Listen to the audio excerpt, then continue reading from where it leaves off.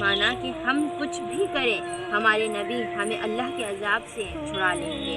انبیاء میں سے کسی نبی کو خدا کا بیٹا بھی بنایا اور ان علیکم ورحمۃ اللہ وبرکاتہ۔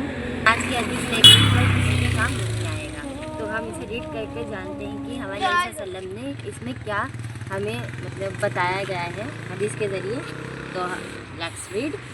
حضرت ابو ہریرہ رضی اللہ عنہ سے روایت ہے کہ رسول صلی اللہ علیہ وسلم پر جب یہ آیت اتری اپنے خاندان کے قریبی رشتہ داروں کو بھی خبردار کر دو، تو آپ صلی اللہ علیہ وسلم نے فرمایا، اے قریش کے لوگوں، نیک عمل کر کے تم اپنی جانوں کو اللہ سے خرید لو، میں اللہ کے سامنے تمہارے کچھ کام نہیں آ سکتا۔ اے عبد المطلب کے بیٹوں، میں تمہارے بھی کچھ کام نہیں آ سکتا اللہ کے سامنے۔ اے عباس بن عبد المطلب، اللہ کے حضور میں آپ کے بھی کچھ کام نہیں آ سکتا۔ اے صفیہ رضی اللہ عنہ، رسول صلی اللہ علیہ وسلم کی پھوپھی، میں تمہارے بھی کچھ کام نہیں آ سکتا۔ اے فاطمہ رضی اللہ عنہ بنت محمد صلی اللہ علیہ وسلم، تو میرے مال میں سے جو چاہے مانگ لے، لیکن اللہ کے حضور میں تمہارے بھی کچھ کام نہ آ سکوں گا۔ ہمارے محمد صلی اللہ علیہ وسلم نے کیا کہا کہ آخرت کے دن نہ تو میں تمہارے کچھ کام نہیں آؤں گا۔ اگر دنیا میں تم اپنی بیٹی جس سے وہ سب سے زیادہ محبت کرتے تھے ان سے نا، ہمارے محمد صلی اللہ علیہ وسلم کیا کہتے ہیں کہ اے فاطمہ، دنیا میں تم کچھ بھی مانگ لو، لیکن میں تمہیں آخرت کے دن کچھ کام نہ آؤں گا۔ یعنی کہ اس سے کیا پتہ چلتا ہے کہ کوئی بھی کسی کے کام نہیں آئے گا آخرت میں، اپنے سب کے اعمال ہوں گے۔ اور آگے ہم جانتے ہیں اور کیا کیا بتایا گیا ہے۔ جو چاہے مانگ لو۔ ایمان والو، اللہ تمہیں مبارک کرے کہ ذخیرہ حدیث شریف کے ذریعے حضرت محمد صلی اللہ علیہ وسلم کے ارشاد ہم تک پہنچے۔ اس حدیث کے ترجمے پر بار بار غور کیجیے۔ عربی عبارت بھی کوئی پڑھے، اگرچہ اسے عربی نہ آتی ہو تو بھی پڑھنے والے کے دل پر عربی عبارت کا عکس پڑے گا اور معنی کی مدد سے اس کے دل و دماغ میں بات اچھی طرح بیٹھے گی۔ قرآن مجید کی آیت انذر عشیرتک الاقربین، اپنے خاندان کے قریبی رشتہ داروں کو بھی خبردار کر دو، جب نازل ہوئی تو حضرت محمد صلی اللہ علیہ وسلم نے قریشیوں کو جمع فرما کر خطاب کیا کہ تم اپنی جانوں کو اللہ سے خرید لو۔ قرآن مجید میں ارشاد ہے، کل نفس بما کسبت رہینۃ، ہر نفس اپنے کیے گئے گرفتار ہے۔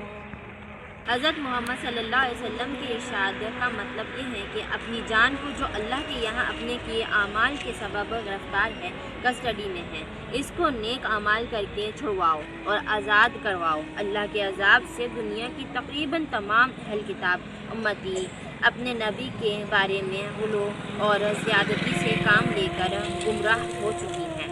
نبی اور پیغمبر جو اللہ کے احکامات سنا رہے تھے ان پر دھیان دیا نہیں اور نہ ہی ان پر عمل کیا، بلکہ نبیوں اور پیغمبروں کو بشریت سے نکالا اور اللہ کے دربار میں ہر طرح ان کو محتار کل مانا کہ ہم کچھ بھی کریں ہمارے نبی ہمیں اللہ کے عذاب سے چھڑا لیں گے۔ انبیاء میں سے کسی نبی کو خدا کا بیٹا بھی بنایا اور ان کی والدہ کو خدا کی بیوی کہا گیا۔ انبیاء، مرسلین اور صلحاء کی قبروں کو بعض امتوں نے پوجا بھی اور ان کو سجدہ گاہ بنایا۔ بعض نبیوں کی لوگوں نے تصویریں اور مورتیاں بنائی۔ قریش مکہ نے حضرت ابراہیم علیہ السلام کا بت بنایا اور اس وقت اور بہت سے دوسرے انبیاء کی تصویریں خانہ کعبہ میں بنائی گئی تھیں۔ خود عیسائی جن کی آج بھی بڑی تعداد موجود ہے، انہوں نے بھی حضرت عیسیٰ علیہ السلام اور حضرت مریم رضی اللہ عنہ کے پتلے اور مورتیاں بنائی۔ جگہ جگہ ان کی عبادت گاہوں میں یہ دیکھا جا سکتا ہے۔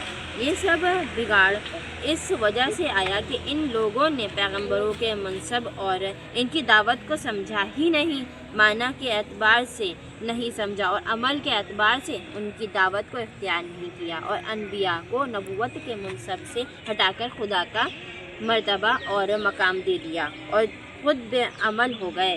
یہی ان قوموں کی گمراہی اور بربادی کا سبب ہے۔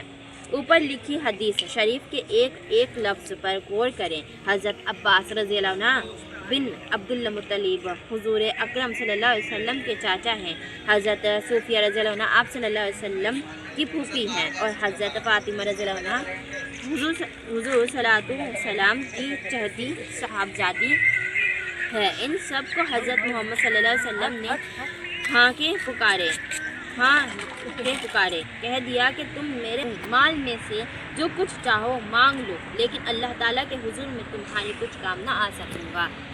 اہل ایمان بھائیوں بہنوں، حضور صلی اللہ علیہ وسلم کے ان الفاظ پر غور کرو اور سوچو کہ تم نے کیا کیا۔ ہندوستان، پاکستان، بنگلہ دیش، تینوں ملکوں میں ہم نے دیکھا ہے کہ جو لوگ رسول صلی اللہ علیہ وسلم کی دعوت کے امین تھے، اللہ کے ولی تھے، اللہ کی طرف لوگوں کو بلانے والے تھے، ان کی قبروں پر مسلمانوں نے جو تماشے کیے وہ مشرکوں اور غیر قوموں کی مذہبی رسومات اور طور طریقے سے بہت قریب ہے۔ ان بزرگوں اور ولیوں کی قبروں پر مسلمانوں نے سجدے کیے، ان سے دعائیں کیں، ان سے اپنی ضرورتوں کو مانگا، ان کی قبروں کا طواف کیا، فحشا عورتوں کے ناچ کرائے، قوالیاں کرائے۔ یہ سب کام تم نے کیا سمجھ کر کیا ہے؟ یہ سب کام تمہارے اس لیے تھے کہ تم نے ان ولیوں بزرگوں کو اللہ کے دربار میں مختار کل مان لیا ہے، اور ہر طرح سے اللہ کے عذاب سے بچانے والا اور چھڑانے والا سمجھ لیا ہے کہ یہ اللہ کے یہاں سفارشی ہے اور ہمارے کام آنے والے ہیں، چاہے ہمارے عمل ٹھیک ہو یا نہ ہو۔ اہل ایمان بھائیوں اور دوستوں، آپ پورا قرآن مجید پڑھ جائے، ہزاروں جگہ تم کو یہ بات ملے گی کہ کوئی کسی کے کچھ کام آنے والا نہیں ہے، ہر ایک کو اپنے کے دھرے کا جواب دینا ہے اور اس کی سزا جزا پانا ہے۔ اللہ تعالیٰ فرماتا ہے کوئی کسی کا بوجھ نہ اٹھائے گا، اور یہ کہ انسان کو آخرت میں وہی کچھ ملنا ہے جس کی اس نے خود محنت کوشش کی ہوگی، اور بہت جلد اس کی محنت کا جائزہ لیا جائے گا، پھر اس کی محنت کی پوری جزا دی جائے گی۔ اور تم کو کچھ معلوم ہے کہ انصاف کا دن کیا ہوگا؟ پھر بتا دو کہ تم کو بدلے کے دن کے بارے میں کیا کچھ معلوم ہے، جس روز کوئی شخص کسی کا کچھ بھلا نہ کر سکے گا، اور حکم اس دن صرف ایک اکیلے اللہ کا جاری ہو چکا ہوگا۔ جس حدیث شریف کی تشریح آپ پڑھ رہے ہیں، اس میں اور قرآن مجید کی بے شمار آیات میں اتنی واضح ہدایت آئی ہے کہ کسی مومن مسلم مرد اور عورت کے مشرک ہونے کا اور عقیدہ کی خرابی کا کوئی موقع ہی باقی نہیں رہتا۔ تو ہم نے اسے کیا سمجھا؟ ہمارے ہر قرآن شریف میں محمد صلی اللہ علیہ وسلم نے ہر کسی کو صاف طور پہ بتا دیا ہے کہ آخرت کے دن کوئی کسی کے کام نہیں آئے گا۔ جزاک اللہ خیر۔ تو ابھی ہم نے جانا کہ قیامت کے دن کوئی کسی کے کام نہیں آئے گا، اب ہم جانیں گے حساب کی سختی۔ Let's read. حضرت عائشہ رضی اللہ عنہا سے روایت ہے کہ ان حضرت صلی اللہ علیہ وسلم نے فرمایا قیامت کے دن جس کسی کا سختی سے حساب لیا گیا وہ تباہ ہوا برباد ہوگا۔ حضرت عائشہ رضی اللہ عنہا نے عرض کیا یا رسول صلی اللہ علیہ وسلم، اللہ تعالیٰ تو فرماتا ہے جس کا نامہ اعمال دائیں ہاتھ میں دیا جائے گا اس کا حساب آسانی سے لیا جائے گا۔ آپ صلی اللہ علیہ وسلم نے فرمایا اس سے اعمال کا پیش کرنا مراد ہے، لیکن حساب کی پیشی کے بعد جس کے حساب سے اچھی طرح چھان پھٹک کی گئی اس کو تو عذاب ہوگا۔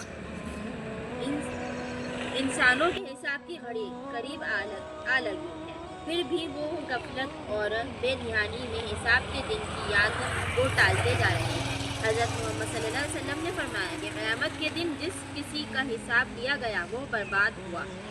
یہ سن کر حضرت عائشہ صدیقہ رضی اللہ عنہا نے یہ آیت پڑھی فَأَمَّا مَنْ أُوتِيَ كِتَابَهُ بِيَمِينِهِ فَسَوْفَ يُحَاسَبُ حِسَابًا يَسِيرًا، جس کا نامہ اعمال اس کے سیدھے ہاتھ میں دیا گیا تو اس کا حساب بہت جلد آسانی سے لے لیا جائے گا۔ اس کے بعد حضور صلی اللہ علیہ وسلم سے سوال کیا اس آیت میں ذکر کیے گئے حساب یسیر یعنی آسان حساب کا کیا مطلب ہے؟ حضرت رسول اکرم کریم صلی اللہ علیہ وسلم نے اس کی وضاحت فرمائی کہ اس کا مطلب یہ ہے کہ حساب پیش ہوا، اڑتی ہوئی نظر ڈال دی گئی، بس ہو گیا حساب، اور بندہ یہ